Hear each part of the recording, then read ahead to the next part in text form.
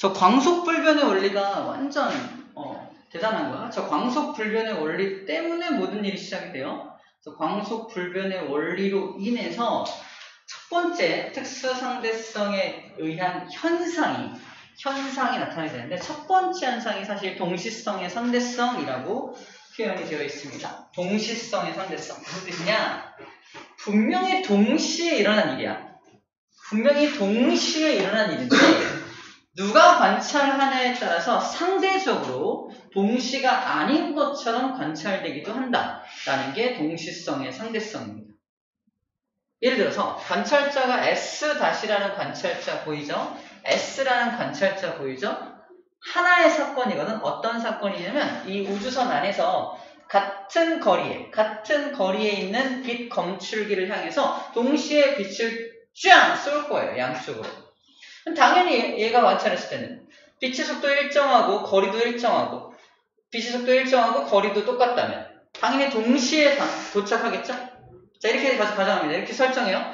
빛이 B에 도착하는 것을 사건 B가 일어난 시간, 사건 A가 일어난 시간, A의 빛이 도착한 걸 사건 A라고 표현합니다. 즉, 사건 B와 사건 A는 어떻게 일어난다? 동시에 일어난다. 누가 관찰했을 때? S-가 관찰했을 때는. 맞죠? 그런데 이 똑같은 사건을 얘가 빠져서 밖에 나와서 그걸 똑같이 관찰할 건데, 이 우주선은 지금 V라는 속도로 운동하는 중이란 말이야. 자, 빛이 땅 출발하고 나서 우주선이 이동하니까 빛의 속도는 일정한데 우주선이 이동하니까 B라는 검출기는 빛을 향해서 다가오는 셈이 되고 A라는 검출기는 빛으로부터 멀어지는 셈이 되기 때문에 B라는 사건이 먼저 일어나고 A라는 사건은 나중에 일어나는 것처럼 얘가 관찰할 거라는 겁니다. 분명히 동시에 일어나는 거지만 관찰자에 따라서 다르게 관찰될 수 있다는 게 동시성의 상대성입니다. 어렵지 않게 이해할 수 있어요. 그럴 수 있겠다라고 이해해주면 되는 부분이에요. 자, 이게 이해가 됐다면 이제 이러한 문제들을 풀 수가 있죠. 한 번 더 해볼게요. 시험 문제도 가끔 나오는 건데, 자, 이렇게 제시해주고 여기 안에 S-라는 관찰자가 타고 있는 겁니다. 타고 있는 거고 밖에 S라는 관찰자가 있는 거야. 자, S- 입장에서 잘 봐. S- 입장에서 지금 A라는 나무와 B라는 나무가 같은 거리상에 있는데 S- 입장에서 S- 입장에서 두 나무에 만약에 두 나무에 동시에 벼락이 빵 쳤다면 S- 입장에서는 어떤 게 먼저 관측이 되냐? 얘가 0.5c의 속도로 이쪽 방향 향해 다가가고 있으니까 빛이 같은 속도로 오고 있지만 얘가 어느 방향으로 가고 있다? B 방향으로 가고 있으니까 B라는 빛을 먼저 만날 거라는 겁니다. 그래서 얘는 B에 먼저 벼락이 쳤어요. S- 입장에서 B에 먼저 벼락이 쳤어요. 나중에 A에 벼락이 쳤어요 라고 관찰된다는 겁니다. 이해되죠? 근데 이거를 S가 바라보면요. 뭔 소리야? 둘이 동시에 A와 B에 동시에 벼락이 쳤어. 그래서 이렇게 얘한테 빛이 이렇게 동시에 이렇게 올 거 아니야, 그지? 동시에 벼락이 쳤어. 둘이 다르게 말하겠죠. S는 동시에 쳤어. 아니야, S-는 아니야, B에 먼저 쳤어. 라고 같은 사건이지만 관찰자에 따라서 다르게 관찰될 수 있다. 동시성의 상대성에 대한 대표적인 예제 문제입니다. 응용 문제로 이렇게 나오죠. S-가 말합니다. 우와! 동시에 벼락이 쳤어. 라고 말해요. S-가. 그럼 어떤 일이 벌어질까요? A에서 먼저 벼락이 출발을 하고요. 그지? 나중에 B에 땅 친 겁니다. 그래서 얘가 S 이렇게 다가가고 있으니까 나중에 친 것과 먼저 친 게 여기서 동시에 만나는 거지. 맞아요? 다시 말해서 S- 입장에서 우와, 동시에 벼락이 쳤어 라는 건 A에 먼저, 얘가 관찰하기에는 A에 먼저 벼락이 치고 B에 나중에 벼락이 쳤을 때 그렇게 관찰될 수 있겠네. 다시 S-가 우와, 동시에 벼락이 쳤어 라고 할 때 S는 뭐라고 말할까? 뭔 소리야? A에 먼저 치고 B에 나중에 쳤어 라고 말하겠지. 오케이, 그런 상대적인 것만 이해할 수 있으면 동시성의 상대성 어렵지 않게 이해할 수 있습니다. 자, 그러면 좀 진짜 대박이랄까 본격적인 내용을 얘기할게요. 바로 시간 팽창, 다른 말로 시간 지연이라 그래. 시간 팽창. 자, 시간이 지연된다 그러면 되게 쉬워요. 와, 내가 시간이 지연돼. 무슨 말이야? 시간이 천천히 가. 라는 뜻이잖아. 제가 이 2년 시간이 지날 때 나는 1년밖에 시간이 안 가. 제가 2초라는 시간이 지날 때 나는 1초밖에 시간이 안 가. 시간이 지연된 거잖아. 근데 이제 시간이 팽창된다는 개념이 되게 어렵게 여겨집니다. 내 시간이 팽창돼. 그러나 2초 되는 거 아니야? 이렇게 잘못 생각할 수 있다는 거예요. 이해돼? 자, 시간의 팽창이라는 개념을 정확하게 이걸 통해 살펴봐. 시간이 팽창된다는 건, 자, 나의 시간은 팽창돼서 이따만큼이 1초인 거야. 시간이 팽창돼서. 근데, 상대방은 시간이 팽창이 안 돼서 요만큼만이 1초입니다. 그러니까 나는 시간이 팽창된 사람이야. 굉장히 빠르게 달리는 물체에게 시간이 팽창된다라고 한다면 나는 빠르게 달리기 때문에 시간이 팽창돼서 이만큼의 1초란 말이야. 실제 자연에서는 얼마만큼의 물리적인 시간이 지나갔냐라고 했을 때 이따만큼의 물리적인 시간이 흘러갔다라고 한다면 나는 1초 지났네 라고 말할 거 아니야. 하지만 상대방은 뭔 소리야 2초 지났어 라고 말하겠지. 맞아요? 그래서 2초라고 측정한 사람과 1초라고 측정한 사람 중에 누구에게 시간 팽창이 일어난 거야? 1초라고 측정한 사람에게 시간 팽창이 일어났다는 겁니다. 시간이 팽창된다는 건 이런 개념이에요. 시간이 팽창되면 오히려 시간이 느리게 간다. 라는 말을 하고 있는 겁니다. 이해됩니까? 그래서 시간 팽창이라는 말과 시간 지연이라는 말은 무슨 말이다? 같은 말이에요. 똑같은 말입니다. 반대말이 아니야. 똑같은 이야기, 똑같은 말입니다. 자, 그래요. 뭐 이 증명에 대한 부분들은 간단하게 얘기만 해줄게요. 동지성 형상과 관련된 건데. 자, 이제 시간을 측정할 거야. 시간. 여기 S-라는 아이가 시간을 측정할 겁니다. 뭘 이용해서? 목적도 중요해. 무엇을 이용? 대상도 중요합니다. 빗시계라는 걸 이용해서 시간을 측정할 겁니다. 시간을 측정하는 방법은 물리적 공식을 이용할 거예요. 시간을 구하는 공식이 뭐야? 시간은 속력분의 거리로 구하죠? 그지? 이 시간은 무슨 시간이냐면 빛이 왕복하는 시간이거든? 그럼 빛의 속력은 항상 C잖아. 그지? 근데 거리는 왕복거리니까 이게 L, 여기 L이라고 L-라고 한다면 왔다 갔다니까 이 L-로 측정이 됩니다. 그래서 누가 측정한 시간? S-가 측정한 시간은 C분의 2L-라고 측정이 될 겁니다. 맞죠? 이렇게 측정이 돼요. 근데 이걸 똑같은 사건이야. 얘가 좀 움직이는 중이거든. 그래서 얘 밖에 있는 관찰자가 봤을 때는 빛을 땅 쏴서 위에 맞고 다시 아래 올 때까지 우주선이 이동하기 때문에 땅 출발한 빛이 여기 땅 맞고 여기 이렇게 땅 도착하는 그 시간을 측정하게 될 거라는 겁니다. 그럼 S가 측정한 시간은요. 속력분의 거리니까 속력은 C겠죠. 광속 불변의 원리에서. 근데 거리는요. L-가 아니죠. 이만큼과 이만큼이죠. 그죠? L과 L이죠. 바로 2L입니다. 2L만큼이에요. 여기서 우리는 뭘 증명해야 돼? L이 L-보다 더 큰 값이다라는 걸 증명하면 됩니다. 이것만 증명해내면은 얘가 측정한 시간과 얘가 측정한 시간이 어떻다? 다르다는 걸 증명할 수가 있는 거야. 이해되죠? 그래서 L이 L-보다 길다는 걸 어떻게 증명한다? 피타고라스 정리로 증명한다는 거야. 이거의 제곱은 이거 제곱 더하기 이거 제곱이죠. 맞죠? 그렇게 정리하면 돼요. 그래서 L-보다 당연히 L 값이 크다라는 걸 증명할 수 있습니다. 이 증명할 때 피타고라스 원리를 이용해야 되기 때문에 상대성 원리를 먼저 가정을 했던 거예요. 피타고라스 원리가 어떤 상황에서든 다 똑같은 물리법칙으로 적용이 되어야지만 이걸 증명할 수 있기 때문입니다. 그래서 증명이 됐어요. 증명이 돼서 얘가 측정한 시간과 얘가 측정한 시간이 다르다는 게 증명됐습니다. 다시 말해서 얘가 더 작은 값이고 얘가 더 큰 값이죠. 그럼 얘가 측정한 시간이 길고요. 얘가 측정한 시간은 짧게 됩니다. 맞죠? 똑같은 사건이지만 시간이 다르게 측정된다는 걸 증명하고 있는 겁니다. 그래서 얘가 측정한 시간은 지금 짧게 측정되니까 무슨 시간이야? 바로 얘가 팽창된 시간, 다시 말해서 지연된 시간인 겁니다. 그리고 네가 말한 고유시간이라고도 표현을 합니다. 고유시간. 자, 이게 팽창된 시간이자 지연된 시간이고요. 다른 표현법으로는 고유시간이라고 표현을 합니다. 자, 고유시간. 자, 이제 고유라는 말을 잠깐 정리를 좀 해줄게요. 고유. 되게 중요해서 항상 쓰는데, 고유라는 말은 어디다 붙이는 거냐면, 측정 대상과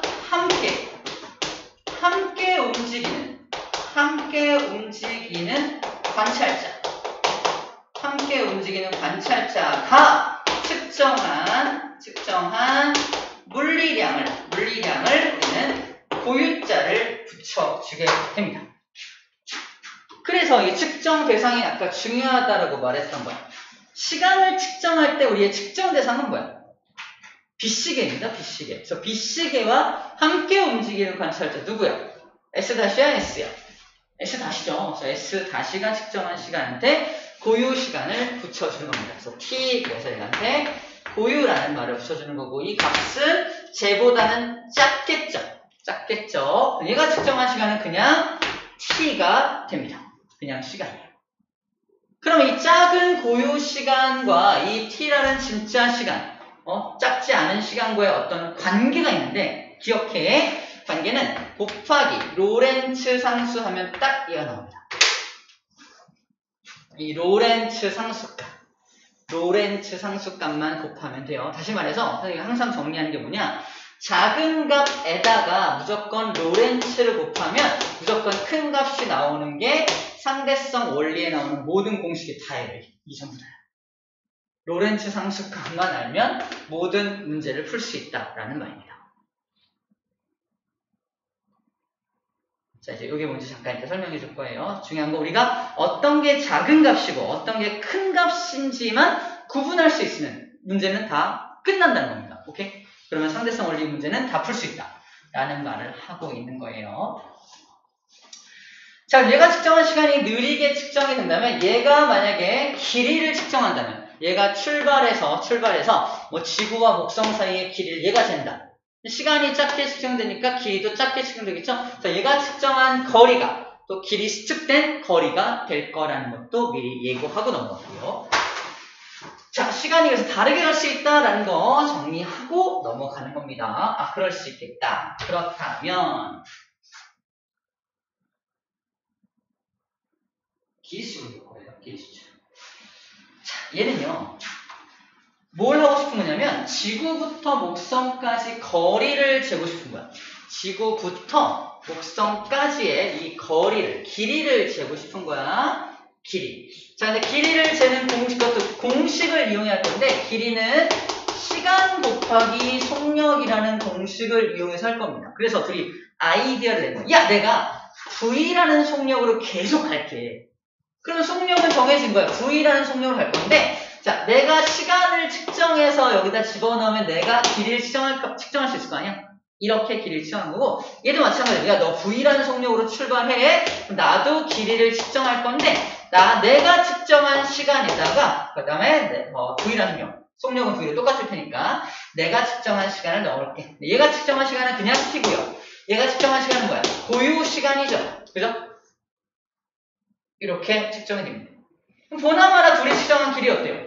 다르게 측정이 되겠죠. 그죠? 누가 측정한 길이가 작게 되겠어? 얘가 측정한 시간의 길이가 작게 되겠죠. 얘한테 무슨 현상이 일어난다? 길이 수축이라는 현상도 함께 일어나게 되는 겁니다.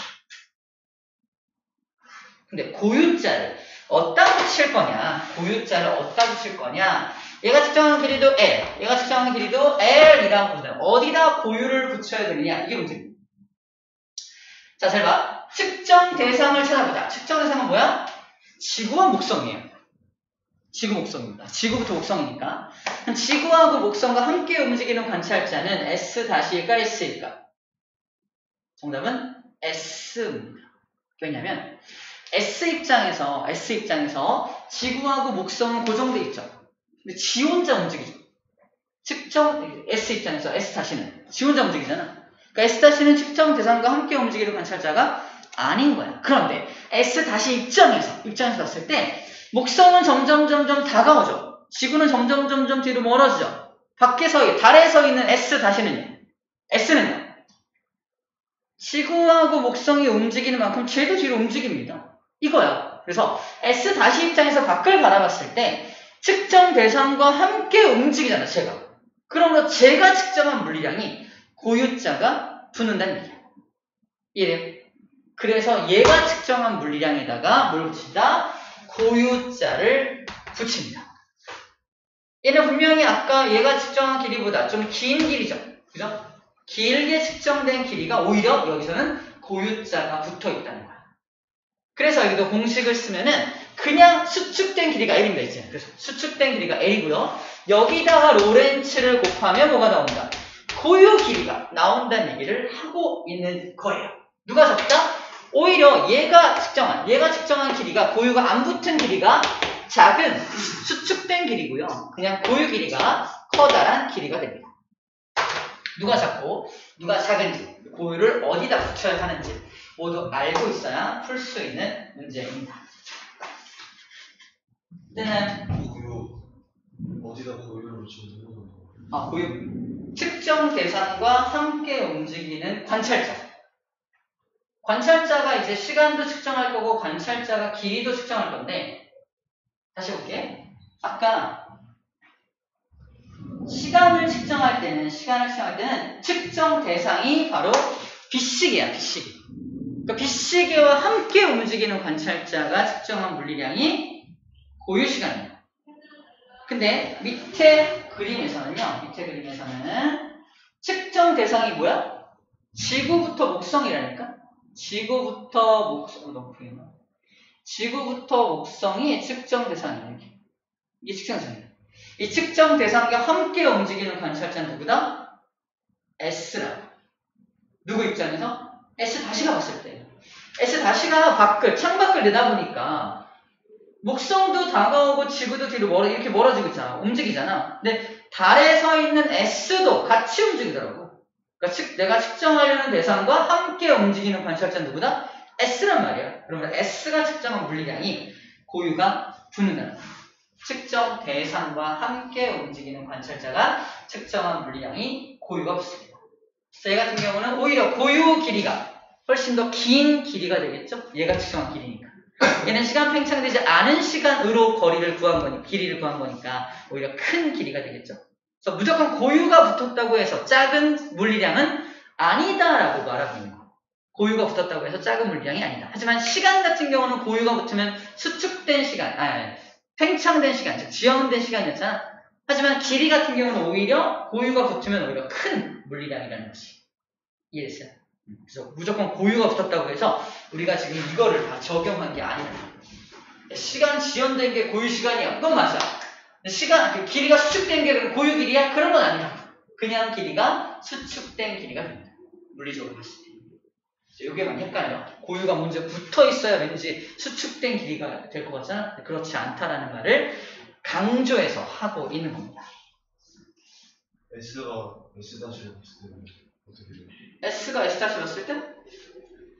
S가 S-를 봤을 때는 얘가 측정한 시간, 얘가 빨리 움직이잖아. 얘가 측정한 시간이 나보다 더 느릴 것이다 라고 얘가 인식을 해요. 다시 S가 봤을 땐 얘가 빠르잖아. 제가 측정한 시간이 짧아요. 제가 측정한 길이가 더 짧아요 라고 얘는 말해요. 제가 측정한 길이가 그냥 길이거든요. 고유가 아니잖아. 그냥 길이가 더 짧아요 라고 말한다고 얘는. 근데 S-가 말할 때는 어떻게 말해요? S가 측정한 시간은 좀 길어요. 저보다. 팽창되지 않았어요. 지연되지 않았어요. 그래서 제가 측정한 길이는요 나보다 길어요.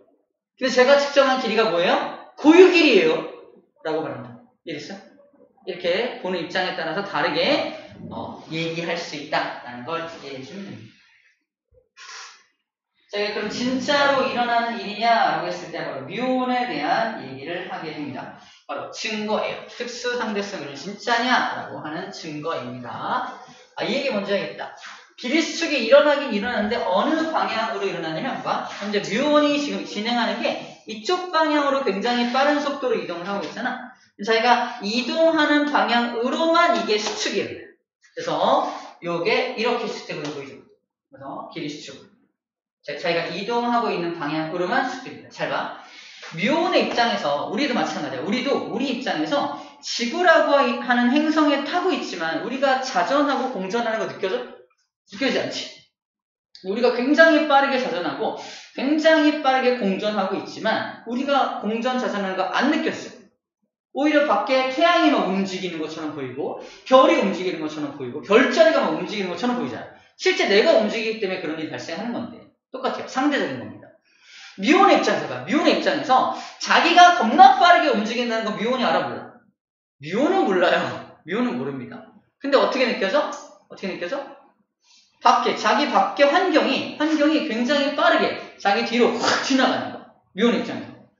밖에 이 산이 엄청 빠르게 밑으로 확 지나가는 겁니다. 이러니까. 자기가 산 위에 있다가 산 밑으로 쭉 내려가는 건데, 제가 내려가는 건데, 이 입장에서 산이 솟구쳐 올라가는 것처럼 보인다는 거지. 뮤온의 입장에서. 그래서 산이 굉장히 빠르게 움직이니까 산이 시간이 팽창되는 거야. 뮤온의 입장에서. 그러니까 외부가 시간이 팽창되게 되고 외부의 길이축이 일어나는 거야. 자, 정리하면요. 봐봐, 요 폭. 산의 폭. 이 산의 폭은 밖에 안 바뀌어. 폭은 안 바뀌어요. 왜? 이동하는 방향이 이 방향이니까. 그래서 이동하는 방향으로만 길이축이 일어난다는 건 첫 번째고, 두 번째는 자, 뮤온이 굉장히 빠르게 움직이니까 밖의 관찰자 입장에서 봤을 때 뮤온이 굉장히 빠르게 움직이죠, 혼자. 밖의 관찰자, 이걸 S라고 할게요. 또 뮤온에 타고 있는 관찰자가 있다 칠게요. S 다시. S가 바라보든 S-의 입장에서 보든 뮤온은 바닥에 닿을 수밖에 없습니다. 무슨 소리냐? 뮤온은 수명이 매우 짧대요. 그래서 대기 중에서 생성돼서 대기 중을 통과해서 오는 동안 원래는 수명이 너무 짧기 때문에 바닥에서 이 지표면상에서 뮤온이 관찰되면 안 돼. 전제 조건이야. 그런데 바닥에서 이 지표면에서 뮤온이 관찰이 된단 말이야. 이게 왜 그러냐? 자, 이에 지표면에 서 있는 사람 입장에서 뮤온이 왜 관찰됩니까? 라고 물어보면 뮤온이 엄청나게 빠르게 움직이기 때문에 저 녀석의 시간 팽창이 일어나기 때문에 수명이 늘어나는 거예요. 수명이 늘어나서 도착할 수 있게 되는 겁니다. 라고 말합니다. 자, 그럼 뮤온의 탑은 뮤온한테 물어요. 야, 너는 왜 지면에 도착해? 뮤온 입장에서는 자기는 가만히 있는데 밖의 녀석이 이렇게 움직이는 거잖아. 뮤온 입장에서는 세상이 잘 봐. 뮤온 입장에서는 밖에 세상이 빠르게 움직이니까 세상이 시간 팽창이 일어나야 돼요.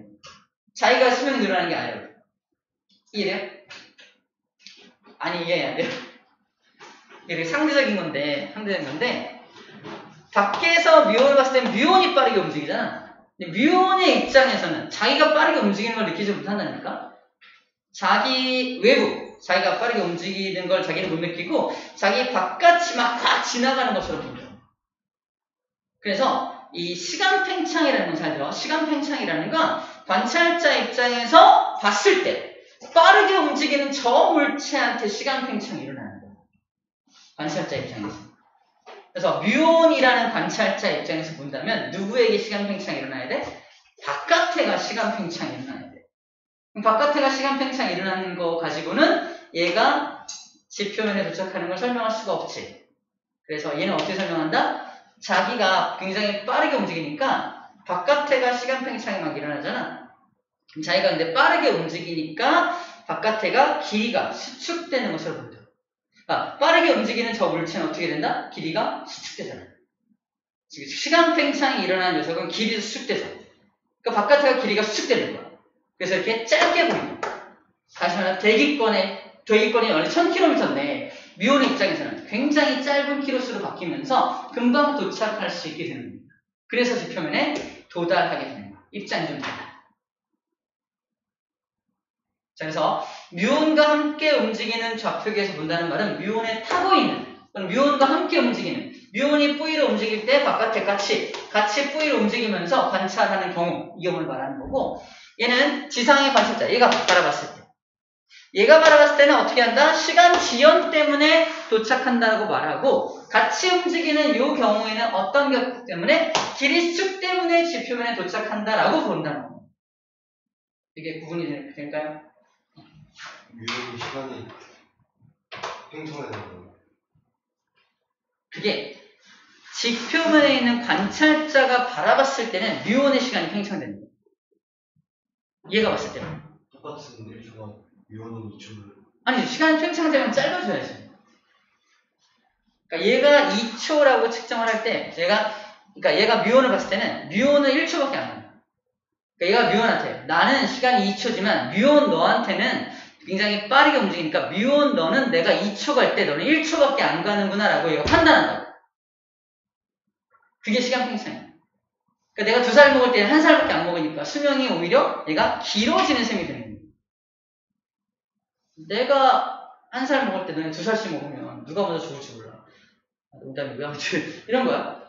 시간이 팽창되면 수명이 길어지는 셈이 되는 거야. 다시 잠깐 이해해요. 빨리 이해해요. 고유 시간이 S예요? 얘가 측정한 시간? 네. 얘가 측정한 시간이 아니지. 뮤온이 측정한 시간이지. 뮤온이 측정한 시간이 고유 시간이고 얘는 그냥 시간이죠. 자, 이게 뭐냐면 어떻게 볼까? 이거는 이렇게 봐야겠다. 얘 입장에서는 뮤온이 바닥에 떨어지는 시간, 뮤온의 시간이 천천히 간다.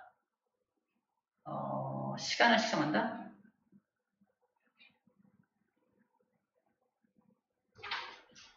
얘가 2초라고 시간을 측정할 때 뮤온의 시간은 1초밖에 안 간다는 게 포인트거든. 얘가 자, 딱 2초 지났어 라고 할 때 뮤온은 빠르게 움직이니까 뮤온은 1초밖에 안 간다. 그러니까 얘가 얘를 측정해 준 게 아니라 자기는 시간이 2초가 지났다고 측정을 해. 쟤는 빠르게 움직였으므로 쟤는 1초밖에 시간이 안 가는 거야, 실제로. 그러니까 시간이 느리게 가니까 얘는 시간이 팽창돼서 수명이 길어졌기 때문에 지표면에 도달할 수 있다라는 어떤 이론입니다. 근데 얘 같은 경우는 그렇지 않다는 거예요. 얘 같은 경우는 자, 뮤온이 굉장히 빠르게 움직여요. 이 안에 뮤온과 함께 움직이는 관찰자 입장에서는 자기가 봤을 때 얘가 봤을 때 뮤온과 자기는 같이 떨어지고 있으니까 뮤온은 정지해 있는 것처럼 보입니다. 뮤온은 정지해 있으니까 뮤온에게 시간 팽창은 안 일어나. 이해돼요? 뮤온은 시간 팽창이 안 일어나. 자, 지금 어떤 관찰자냐면 뮤온과 함께 이렇게 떨어지고 있는 관찰자가 있는 거야. 뮤온과 함께 떨어지는 관찰자가 있는데 얘 입장에서 뮤온을 바라보면 뮤온은 나랑 같이 동시에 떨어지니까 뮤온은 정지 상태야. 뮤온이 정지 상태니까 뮤온에게 시간 팽창이 일어날 이유가 없지. 시간 팽창이 안 일어나는데 어떻게 지표면에 도달할 수 있습니까가 포인트입니다. 우리 입장에서 나와 뮤온 입장에서는 우리를 제외한 나머지 세상이 엄청나게 빠르게 움직이는 거잖아. 그러니까 세상이 시간 팽창이 일어나고 세상이 길이축이 일어나서 바깥의 세상이 길이가 쭉 수축되는 거야. 그런 덕분에 우리는 빠르게 바닥에 닿을 수가 있게 된다는 거야. 우리 수명 안에 바깥의 길이가 수축됐기 때문에 또 이제 바닥에 도착할 수 있게 된다는 얘기예요. 수명이 길어져서가 아니라 바깥 우리가 통과해야 될 공간이 줄어들었기 때문에 바닥에 도착할 수 있다는 얘기입니다. 이해됐어요? 조금 생각이 좀 필요합니다. 아시겠죠? 자, 뮤온이 지표면에서 관측되는 것 자체가 무엇이다? 아인슈타인의 상대성 이론이 맞다라는 결정적인 증거다라는 말을 하고 있는 겁니다. 로렌츠는 잠깐 보여만 줄게요. 로렌츠. 이게 로렌츠 상수인데 알겠습니다. 안녕하세요. 자, 로렌츠가 뭐냐면 로렌츠 상수값은 루트 1-c분의 v의 제곱분의 1 이게 로렌츠 상수값이야. 그래서 봐봐 보여줄게. 만약 내가 1초라고 측정된 고유 시간이야. 짧은 시간이죠. 근데 여기다가 로렌츠를 곱하면 그냥 시간 나온다며 아까 그치? 되게 작은 시간에다가 로렌츠를 곱하면 큰 시간이 나온다고 했는데 자 내가 1초라고 측정됐다 고유 시간이. 근데 아까 우주선이 0.6c의 속도로 가고 있다면 얼마만큼 시간이 이게 1초가 팽창된 시간일 거 아니야? 팽창된 시간에 대비해서 밖의 관찰자가 바라봤을 때 얘가 측정한 진짜 시간 t라는 시간은 도대체 얼마인가 문제입니다. 이 안에 타고 있는 관찰자가 측정한 시간이 1초라고 한다면 얘가 측정한 시간은 몇 초이냐 이게 문제. 근데 속도를 0.6c라고 준 겁니다. 퀘스천이에요. 그럴 경우에 얘가 측정한 시간을 구할 수 있다 없다? 가능하다. 어떻게 한다? 여기다 집어넣어. 다시 말해서 1초에다 뭘 곱한다? 로렌츠를 곱하자. 로렌츠가 뭐야? 1-c분의 속도가 얼마야? 0.6c죠? 0.6c의 제곱 루트 c입니다. 분의 1이 우리가 원하는 값이 되는 겁니다. 자, 그럼 어떻게 되냐? 이게 cc가 약분돼요. 약분되고 0.6의 제곱이 0.36 나오죠. 1-0.36은 얼마야? 0.64죠? 0.64. 0.64가 루트 속에 들어있어. 그치? 얼마의 제곱이야? 0.8의 제곱이죠? 그럼 얼마가 나온다? 이게 바로 0.8로 나오게 됩니다. 로렌츠가 0.8분의 1 나옵니다. 다시 말해서 로렌츠 값은 무조건 항상 1보다 큰 값이 나올 수밖에 없다라는 거예요. 그래서 8분의 10을 곱하면 돼요. 8분의 10. 맞죠? 8분의 10. 그래서 1초에다가 솔루션. 대답 1초에다가 8분의 10을 곱한, 즉 8분의 10초가, 다시 말해서 2, 4, 8, 2, 50. 2, 4, 8, 2, 50. 4, 1은 4, 4, 2, 8, 4, 1.25초. 정답입니다. 1.25초로 측정이 되는 거. 맞죠?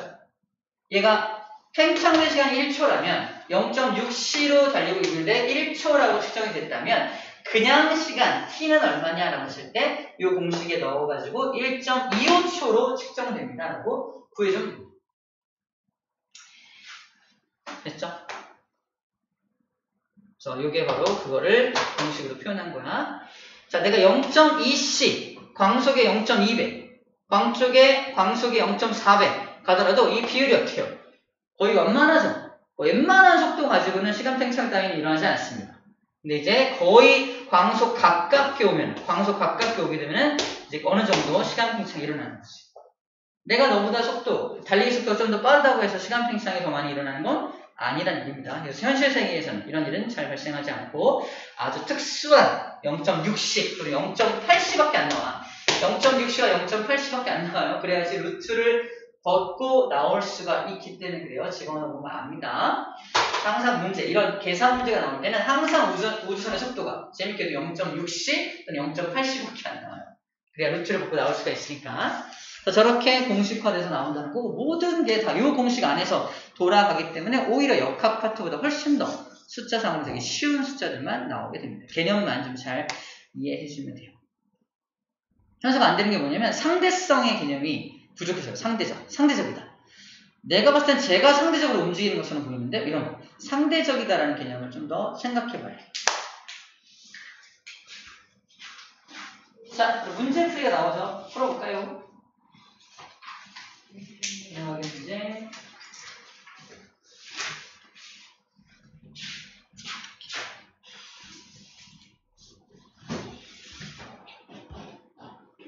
그다음에